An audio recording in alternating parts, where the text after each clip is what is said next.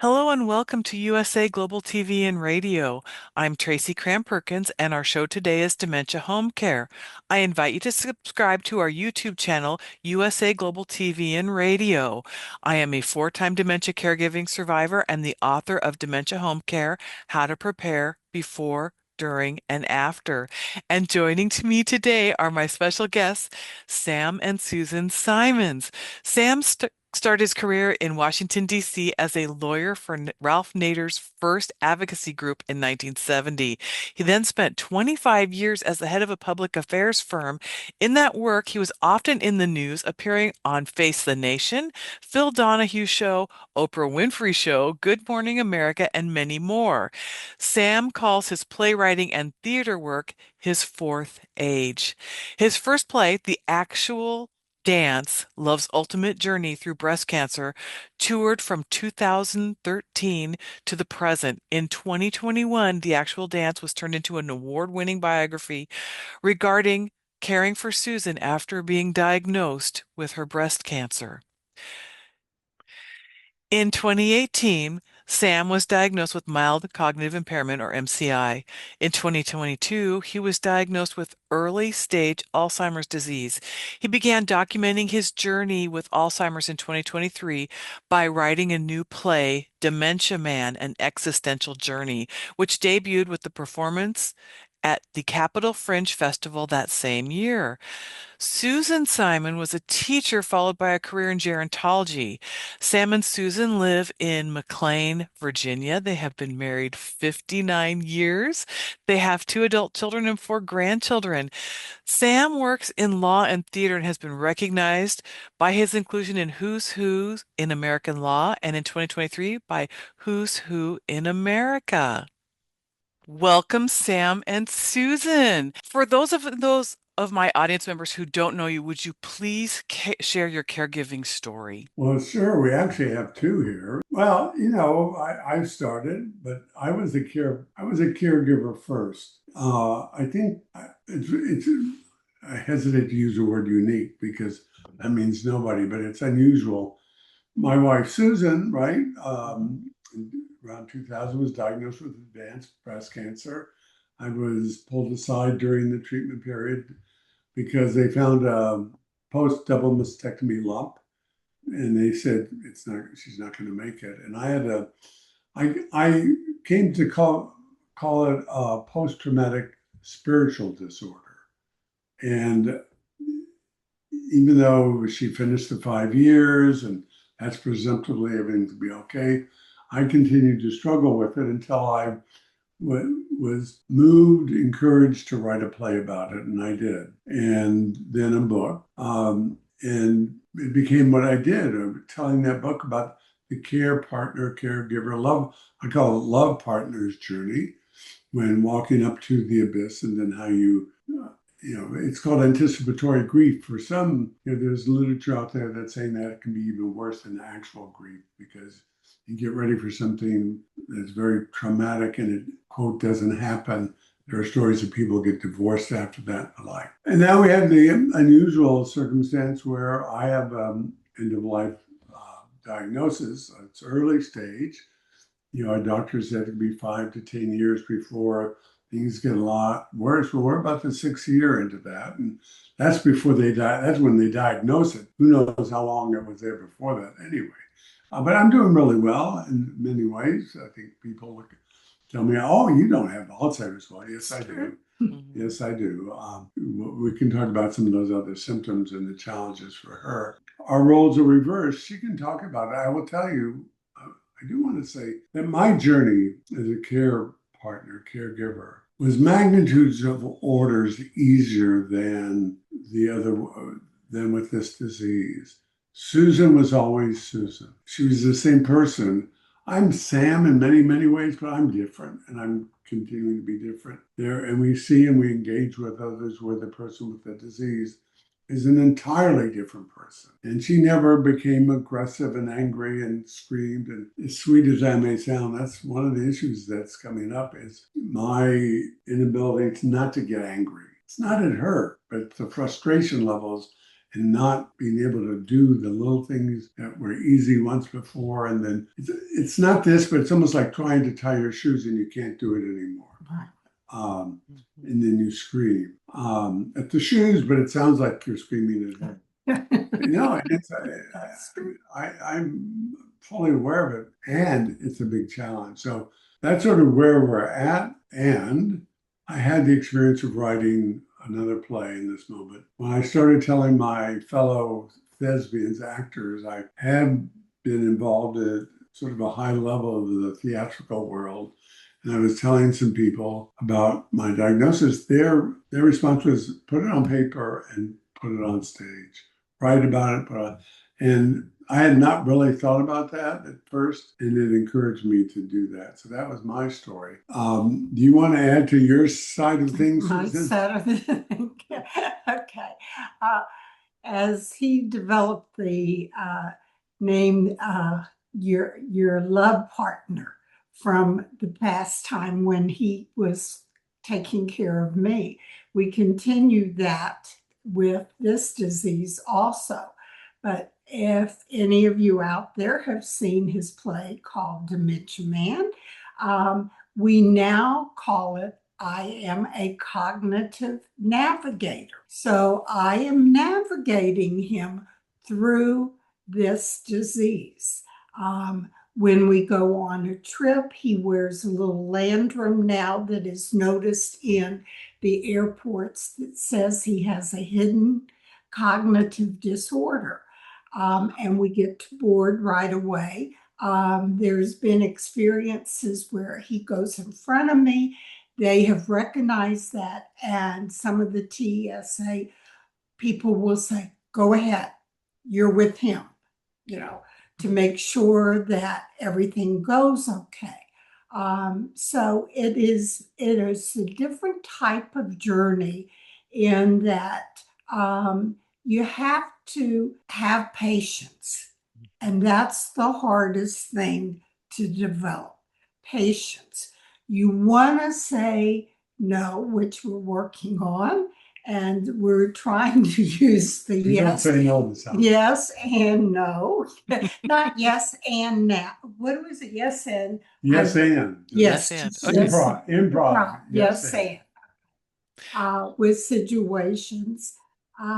But it is something that if you are taking care of someone, right now, it's not so hard. But when you look ahead at what's going to happen, you don't know yet. And you don't know when it's going to occur. So we have set out certain little systems like the Alexa backing up, telling him when it's time to take his medications. We have a certain place when he comes in that he needs to put the car keys and know and wallets. And wallets, Mhm. that's right, where to pick up. But the most common question from him is, where is this? I can't remember. So even though you have these things set up, you have to be able to remember where things are to help out. So it's just, sort of being there and supporting at this point. And we'll see what the future brings. Okay, that Yeah, leads. Oh, can I ask a couple questions about oh, that though? yeah. So, when you two are doing yes and, how is that going for you? I mean, do either of you get frustrated with the other one, or because you recognize that it's happening, or is it you're willing to play along? How does that affect you? I'm going to jump in because, first of all, I was professionally trained in improv. Hmm. I when I started theater work, I was working with a nonprofit in New York. I live in the Washington D.C. area, so every other week I would be in New York, and there was a theater group in there. And over the summers, I went to some more retreats. There's some really well known and improvisers. And it's theatrical improv, which is based on yes ending, accepting all information given and adding to it. Susan is naturally no. Yes. No, it's maybe a way to stop and think and figure it out. So it's been a frustration between both of us Hmm. for a little bit, particularly in this world. The yes anding, which we've seen, so we've interviewed with Tipa. Snow, if people don't know her, is infamous or famous for yes anding. And in this, and I think we understand in this disease, telling me no about something I think happened doesn't work. Mhm. Yesing it and then finding a way to get to reality is a better way. So you can't lie, but yes is a I heard you, or and we've seen in more advanced cases, if somebody says, if I were to say, time to go home, Susan, and we're sitting here, rather than say, no, you're home, I believe we're somewhere else. She says, sure, let's go out and come back and go home. We've seen examples of that where people just go outside, come back in, get in the car, go for a ride, come back to the same place. Because I'm going to see the world uniquely. Hmm. And all of us with a cognitive, you notice we're trying to avoid the word dementia, even though it's the name of my play. There is a movement to get rid of that word because it's degrading. But if you have a cognitive impairment, a dementia, you see the world as you see it, and it's true to me. There are side effects of, I mean, there are other aspects. You probably heard it, Tracy. If you know one person with dementia, you know one person with dementia. It's different for everyone. We see that and experience that. And we're each unique. I guarantee you, I have at least, oh, it's in the play, three confirming opinions. Yes. Medical opinions, by the way. Hmm. And you see how many PET scans I've had because I've been in a drug trial. But it's different for everybody, and mine symptoms are a little bit different. I don't know if you should add to that or. No, I think that's true. I think the hardest part of the caregiving is learning and how to have a conversation. Because first of all, I've always been a shortcut person. I'll say words like, remember this, and he'll go, what are you talking about? Is this? And I forget that I need to explain very thoroughly what I am talking about. And because that causes lots of frustration. Hmm. So I see that as the biggest thing that we're trying to say to each other, or he'll say something to me that I don't, and he can see in my face because it's been so long, we know each other so well, that I didn't understand. And he's saying, okay, I need to learn how to say to you also. So it's a back and forth sort of thing where you have to figure out how can you make conversation and how can you get across without making the other person get agitated about it. There's a scene in the play, though, I think it's important, and if you want to talk about it later or not, but I don't always realize my triggers. And there are triggers, and what do they trigger? And it's still the biggest challenge, I think. I can remember the first time where I was trying to teach her or tell her something and figure it out, and I couldn't do it. And I screamed something. I went like that. My arms went up, but it hit her. When I did that, it didn't hurt her per se, but it wasn't easy. But she became afraid that I might hurt her. And she didn't feel comfortable saying that to me. And the way it got resolved is she insisted that we have a session with a social worker. And we were sitting right here, almost like this, looking at a screen because it was remote. She was talking to the face on the screen and said she was afraid I might hurt her. And she had not been able to say it to me.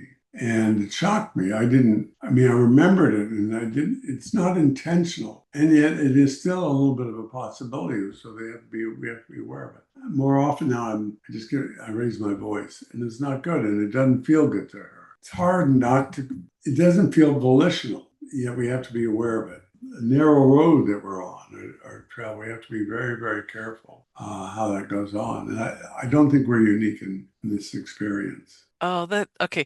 I just love what you just did because everybody that watches this will connect with it immediately. All of us have had that experience where we're well, okay, as a caregiver myself, I didn't know what I was doing to cause my dad to blow up or my mom or anybody else because I didn't understand what you just so eloquently explained, that you don't remember, you're in a different reality.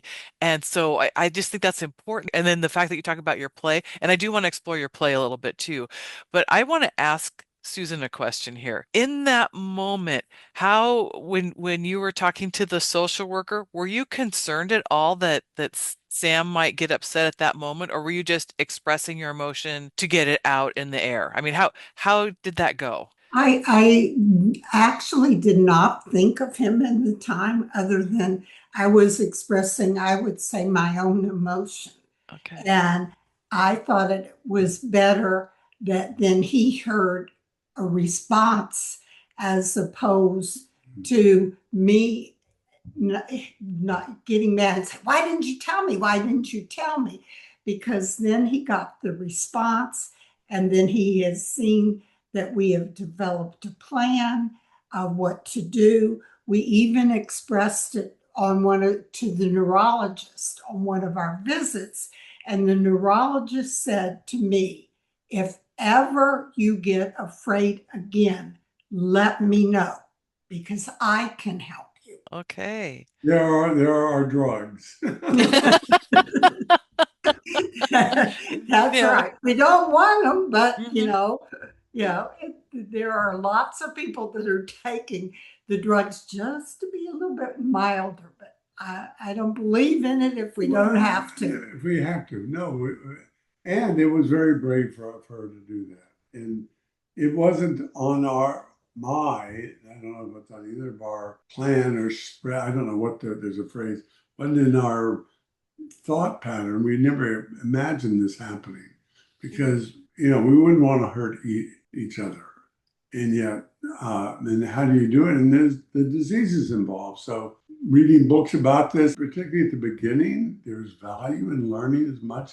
Personal experience is the best teacher. You don't want anything to hurt anybody. You don't want something really bad to happen. But I didn't see that coming. I mean, I'll be honest with you, I was shocked. I didn't understand how she felt about it. And, I had done some self-talk, like don't do that again and be careful, but we had never really, it's hard to talk about because you don't now, you're in a new world, you're in a new playing field. Right. I thank you. That is, a lot of people are at that point where they can't talk about it. And the fact that you guys are comfortable with each other enough that you can, it helps so many people. So, what has been the biggest challenge for you two as a couple navigating this disease together? Well, I think we probably went on. I think that was the biggest one. The risk of hurting her, I would never ever really want. I don't even need the word really. Never want to hurt her. Couldn't imagine physically hurting her. There's also an emotional hurt, and that's still maybe a little bit of an issue about my blowing up or getting angry or Mhm. don't you know? Like so. Those are real challenges. And again, never wanting. And so and it's good to know, and I forgot that the doctor mentioned to her that I remember now that there may be medicine if need be. And I think the other big part of it, though, and it's not as intimate as that, is the reality of maybe having to make some living arrangement changes. We had hoped for a while to stay here, but I may need to be in a memory unit. We have learned, and everybody is different, but you don't want to see the mess downstairs. Oh, but he did give in. We have somebody now that's coming to help. Well, but I've been privileged to work at, the very high levels of political world. This is a different world. This is, take some getting used to. I forgot why I talked about that. I brought all that up. See, I was going to have something very certain to say about all the Rob needed for some reason I forgot about. Yeah, and that's another thing to remember because it's very common that they'll say something but he's gotten in the habit lately, I've noticed, of saying, have I told you? And if I say yes, you did tell me, then he doesn't retell me. It's not like having someone, they say that's the first signs of something, Mhm. retelling or asking the same question, but he's still there enough to say, have I told you? Which impresses me, and the way that he is functioning. People will say that after the play to us. He is functioning at a level that they never would think is part of dementia, basically, because they all call it dementia. And they tend to think of the old way of seeing people in the end. And people have forgotten what the beginning is like. And that home care, yet it won't be the same as what you're going to. I think how you handle that makes a big difference on how long that stage can last. The neurologists are telling me that they think performing is help, moderate the disease. Of course, the disease has its own power, but there are people, we hear it, who are diagnosed, and very early on, someone in the audience, one of the first thing people raise their hand is, well, my husband got a diagnosis, came home, went into his room and did not come out. Oh. And that isn't unique, but every story is different, and every story is different. I get the impression that because you are so willing to go out and continue advocating and give your play in person, that is probably slowing down the disease, perhaps? Is that a good guess? Well, that's what I'm trying to say. That's what my neurologist has said. And some people, I got connected with a couple of other neurologists, the head of neurology at Georgetown University here, or of their memory center and the like. And they all believe that doing this work, that having purpose and reason, just and not giving up. And I haven't gotten to the point where oh God, I got to do this. And I hope, and if I do, on the other hand, we are preparing for the moment when I can't do it. So we are getting a recorded version of the play in the system. I'm going to be very careful about it. I don't want it on. So the other option, one of the motivators for me was, there's another book, I'm not going to give the name or the author, but it was early on, shortly after I was diagnosed, the author of this book was telling the story about how her husband had been diagnosed with early stage Alzheimer's, my diagnosis, and quotes him as saying, I don't want to die, but I don't want to keep becoming a lesser and lesser person. And the rest of the book was how they went to Switzerland to do accompanied suicide. And there is a movement, belief out there, that everybody should be able to have the right to go kill themselves if they don't want to continue with this terrible disease. And that motivates me in part because my belief is you can have first of all, my doctor said 5 to 10 years before things get a lot worse. So if you're in your early stages, you've got lots of time. And B, life is always worth living. In meaning, I know it's a bit of a debate, if not a bit, a lot of debate. I think almost any pain can be abated with drugs if need be. I think the one challenge I don't have a good answer to is the cost of that. Families can be driven, everything you saved and did your entire life maybe spent on maintaining somebody in a room, not aware of who they are. I think that life is still valuable. What do you do about the financial impact on them? And that's a big challenge. Let's go back to actually the play itself, because you have done this in other places, and I want to get that word out because I think it's very powerful that you are up on stage expressing yourself and with your script in hand. I just find that so powerful. Can you talk about that? Well, one of our first signs of having a problem, I wrote this other play. It was an hour long, the actual dance. I had everything memorized. During the pandemic, we had to start doing it at home over Zoom. I was performing for all the Gilda's clubs around the country because it's breast cancer over my little iPhone. And interesting, Susan would sit off to the side, but she never had to cue me. All of a sudden, I was having trouble with the lines. And that was an early sign that something was changing and different. As I mentioned earlier, I had talked to some of my cohorts and they encouraged me to put it down. I don't know whether they think that I could do it or they thought somebody else could do it. I did it. I put a version of it together, and I had my first effort to present it was at a big conference I'm bragging here a little bit. There is something called APAP, the Association of Performing Arts Professionals. This is the association of theaters in America and many around the world. And at their annual conference, all the theaters come people like me. We're selling stuff. We're meat on the hook. And I went in it was 2023, the January 2023. I had only what I call a showcase, 20 minutes have been done.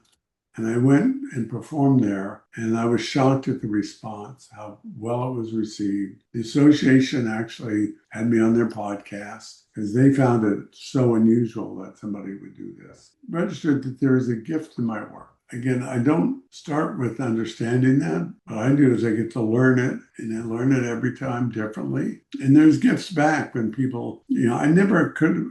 We didn't live in this world before, by the way. Neither one of us had someone with dementia in a close relationship in our family, so we didn't see that experience. But somebody again often come up and said, "My mother had dementia," and I always wondered what might have gone on in her head. Writing the play was the fact that I had done one before meant I could do it. I'd been in these, give them a shout out, they're still around, Artistic New Directions in New York. They're improv camps. And, from improv to stage, you improvise a scene or an idea, and then you can write it down and it can become a play. And it was sort of that kind of training that has enabled me to do this. I have, in case the IRS is listening, it's not a hobby, it's a business. They audited me for that. Yeah. There's a theatrical world, and I had too many people to shout out to give thanks to who encouraged me, helped me figure it out. I had done some community theater, but I'd never been directed, never done anything before. I would say one thing that comes up over and over, if there's anybody else out there who says, maybe I can do this and maybe you can, and we'll come back to that in a second, remind me. I hope those who work with us don't, because it happens. Let's see what we can do. Let's do the minimum. Think biggest. And then do what you can. Go for the stars, and rather than something small, do it in one place once. All right, let's put on tour. Let's have the thing. Get the director, get a dramaturg, get all the parts, and see how far we can take it. Don't superimpose your own limitations, and then there will be, and they're real. And we are thinking next steps and what to do next. And what was I going to come back to? You didn't remember what you were going to talk about. No, it's okay. I think I could add to from these discussions afterwards. One thing, I guess it was maybe 2 weeks ago when we were in North Carolina, and it was a daycare community that was presenting him. What she said is when she saw his play, the one thing that she grabbed from it was that cognitive navigator. And she says that when families come in now to talk to her about, is it time to do this, that, she uses that, well, we are cognitive navigators. I have a nurse, I have this, I have that.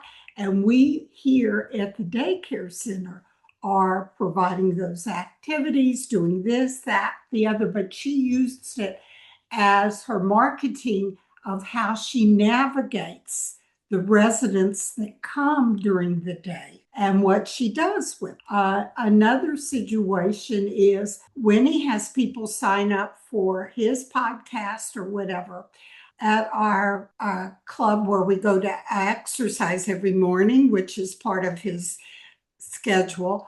There was this couple that saw the play, and then on several times they asked if we would have breakfast with them. We sat down with them. We have kept in contact, and I believe that we're helping them get through it. They got connected with our neurologists. It took them a long time, but we're meeting next month because they're traveling now to discuss what they learned and how thankful they are. But we would never, there are people that have become friends who are experiencing it because of what they've heard, and they feel like they can come to you like a friend, like a new friend. And to me, that was amazing. And I also run a cohort group with people who are in these situations. And we meet once a month, but have a social just for a respite for each other. And if somebody is having a really hard time, we will discuss it, but we try to make it a social and a respite time.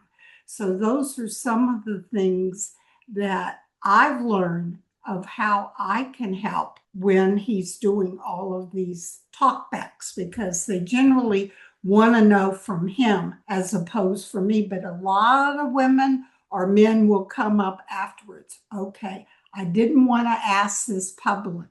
Can you help me? I just want to add one thing, because I learned this in both situations. There are two roles, caregiver and love partner, and then this or cognitive navigator. So when Susan was sick, I experienced that I could give her care. I would sleep in the early stages. I would sleep in the hospital room with her. I would hold out that semicircular metal pan when needed, if you people know in the hospital. Help her won't get to the bathroom. But I was also in love with her, and there was nothing happening to me. And I think this is, for the care partner, your heart can be breaking too. And they're sort of entirely separate events. And being a good, in this instance, it's more cognitive navigation.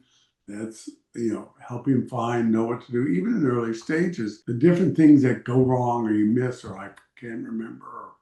I haven't gotten yet to not know where I am, but that could happen sometime. But what to do next, where I am, have I done this before? So far, I haven't double taken my medicine. Well, let me say I have occasionally, rarely, but we have Alexa remind me, make sure I do take it. She helps a lot. I wear contact in one eye, but remembering when to change, so that change it is a mess, hard. I have strategies when it's time to change the next day, get the next one out night before, put it next to where you're going to do things like that. So I don't know whether we're responding to your question anymore, because I forgot the question.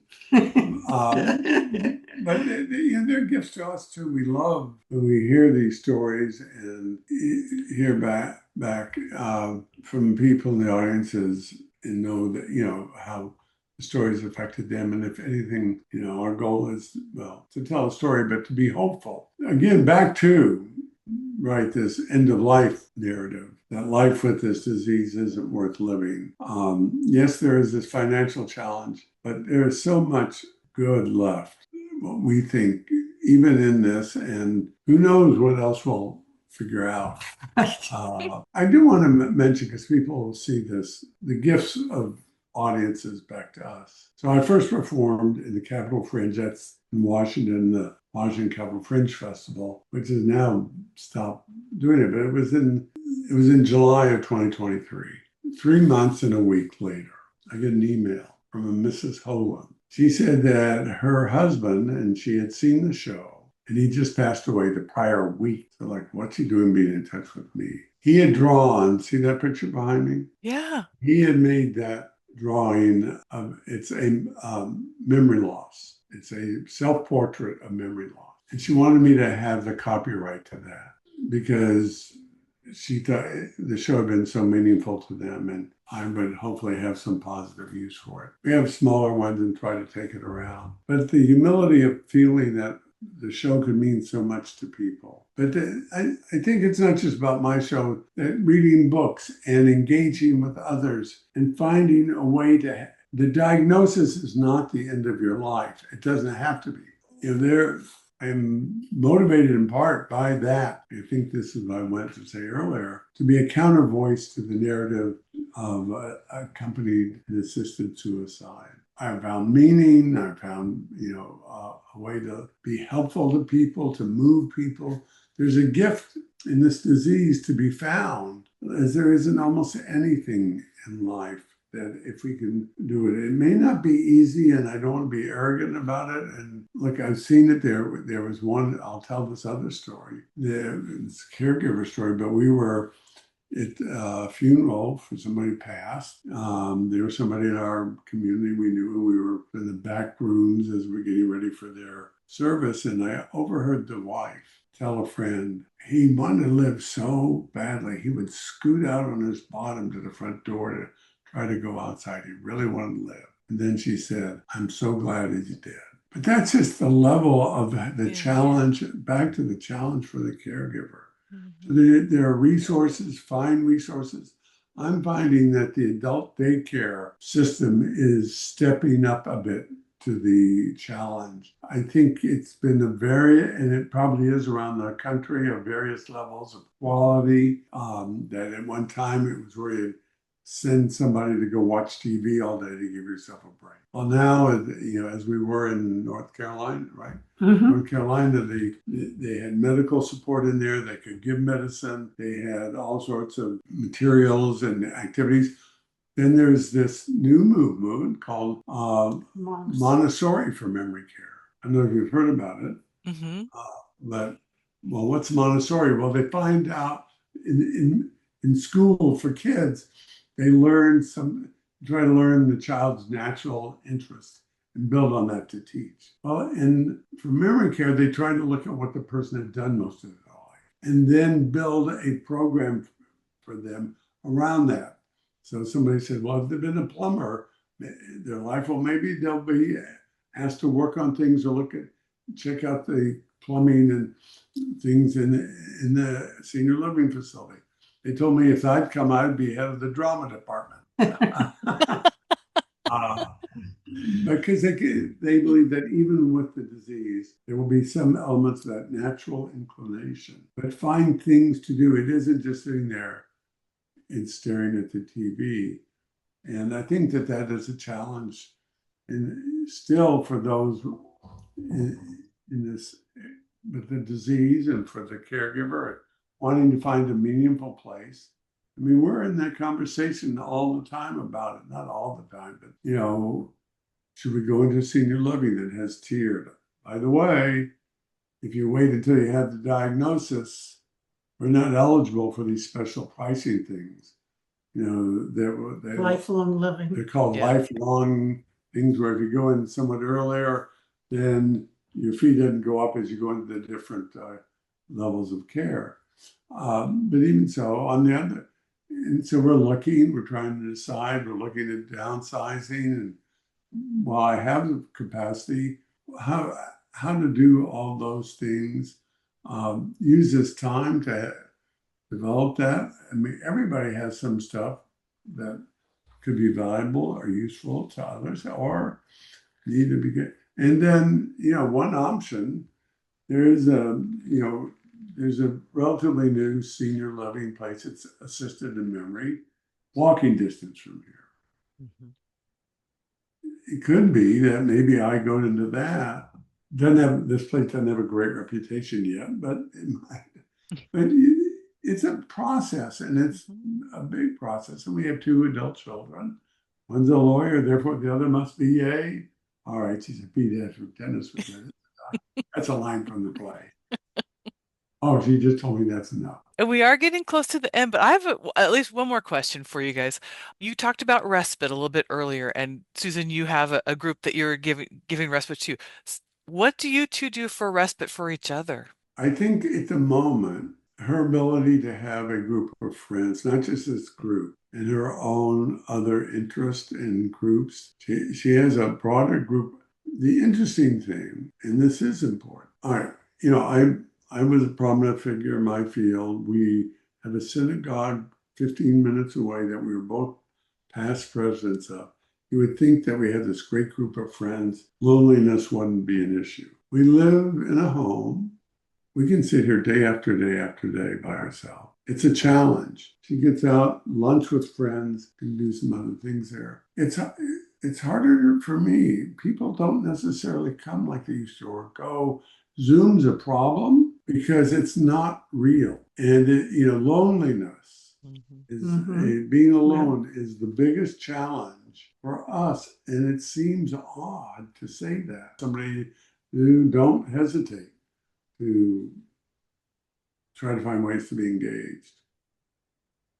Thank you so much. And I want to thank both of you for joining us today because this is such a valuable message. people with dementia don't always have a voice to share or be given the platform to share. And Sam, I want to thank you for all the work you do to advocate. You were the one that introduced me to Dementia Minds.